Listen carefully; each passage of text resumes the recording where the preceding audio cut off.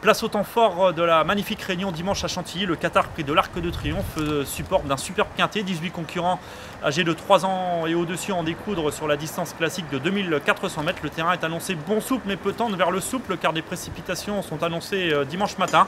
Une lisse qui sera portée à 0 à l'état 13 mètres samedi. Donc un magnifique quintet avec une logique favorite qui fait un peu figure d'épouvantail, même si une course n'est jamais gagnée d'avance. Einable, elle n'a pas grand-chose contre elle avant le coup. Ouais, Nebel, c'est vraiment une très bonne jument.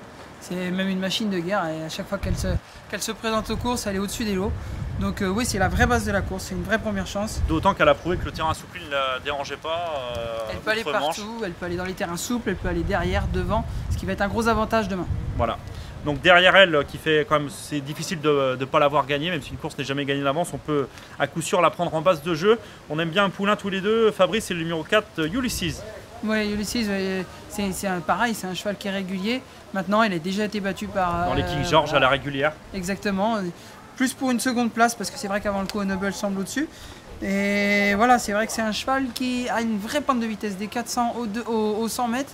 Pour finir, il peut peut-être baisser pied. La chance qu'il a pour lui, c'est que c'est un cheval qui vient sur la main. Ça peut aider beaucoup. Voilà. Contrairement à d'habitude, les Anglais sont très très durs et font le travail pour les autres. Lui, là, il va peut-être filer à la les française leaders, et venir tirer ses marrons du feu. Ok, donc a priori deux bases solides, les étrangers, le 17 Einable et le 4 Ulysses.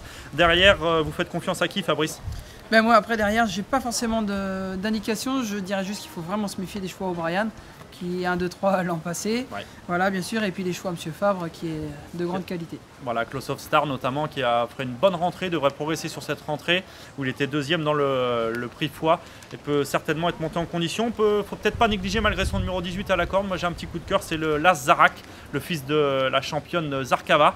Il a été préparé avec soin par son redoutable mentor pour cette course. Attention à lui, on peut faire confiance au redoutable Christophe Soumillon pour se sortir de ce numéro 18 à la corde, qui n'est pas forcément un piège. Il y a beaucoup de trains, éviter les embûches et venir finir. Attention à lui.